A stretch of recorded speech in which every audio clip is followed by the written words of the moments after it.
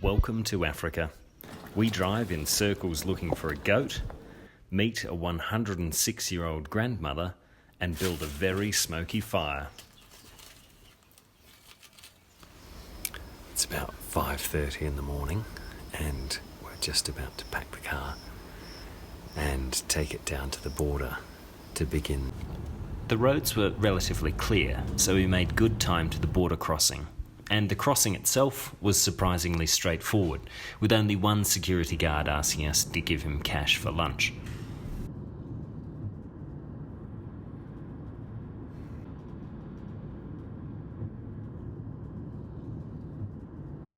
I'm pretty excited. We've arrived in Tanzania. We caught a glimpse of Mount Kilimanjaro through the car window, and we've also been able to establish a place in the community where we can install our first prototype chimney.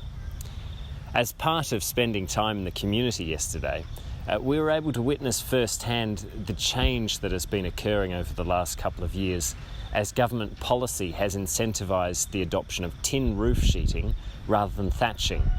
Essentially, if you put a tin roof on your house, you'll get a free electrical connection provided by the government.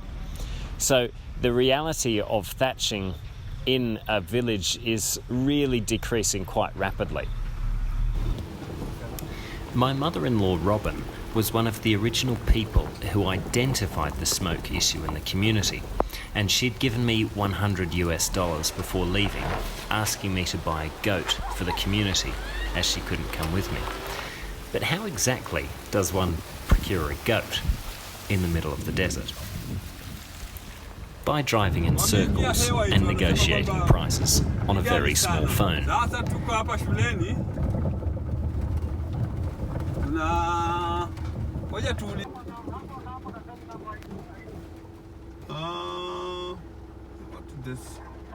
This a church? Yes. Christian church. Yeah, tuko hapa kanisani. Tuko hapa kanisani sasa. Yeah. I can do it. Goats can get where cars can't, and we reached a point where Jacob said he would drive no more. So we walked, and it began to rain. So we're just crossing over here to talk to a man about a goat.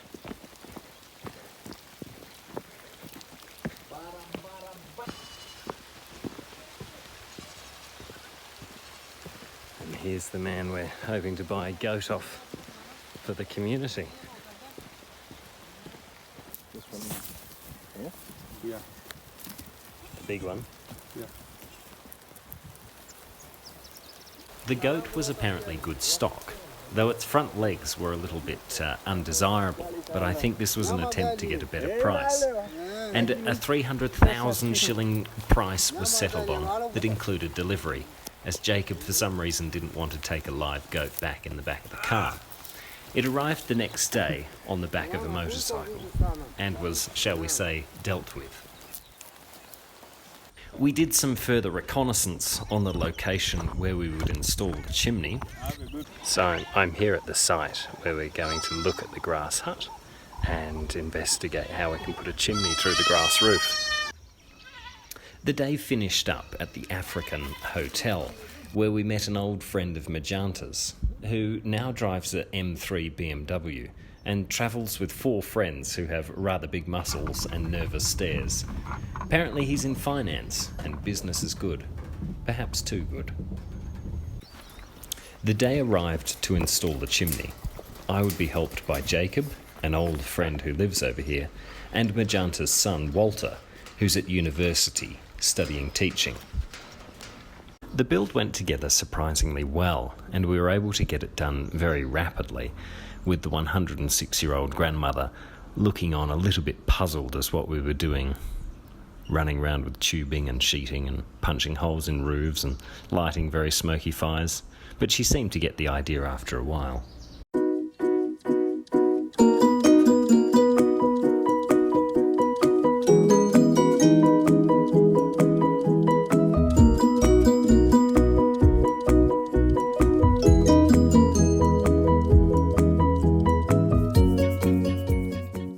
we have our pocket knife to make some holes, which Jacob's just doing now, and then the house has some tools. Walter's going to find some tools for us.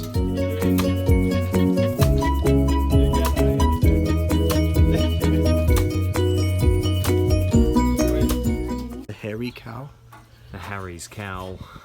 It's a hairy cow. Yeah, that's right. You're getting, oh, you're actually taking video for real.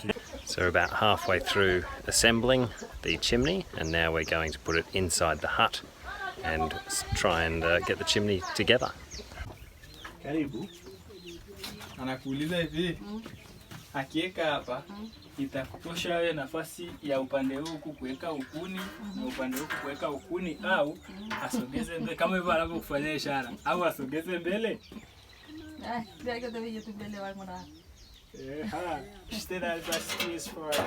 Better is, this is better. Yes. This is easier. Hakuna shida hapo.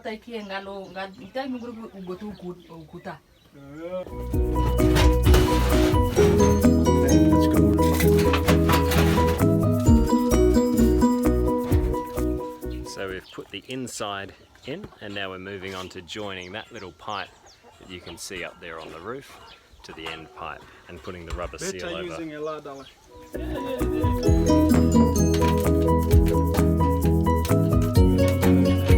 Yeah, as tight as you can go.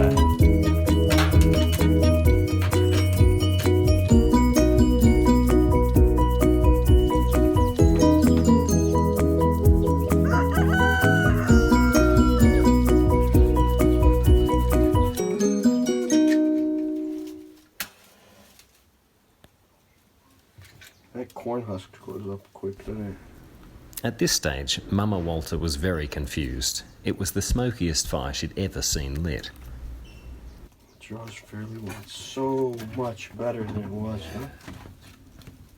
Yeah.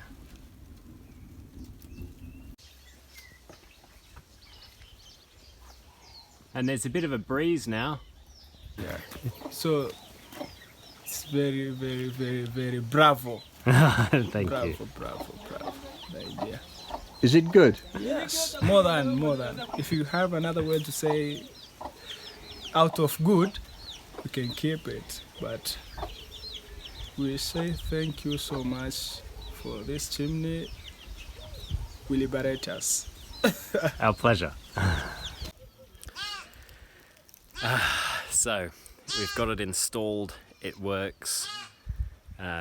They're really happy with it. Really happy with it. Call it ubwabwa. I see great. Ubwabwa. Ubwabwa.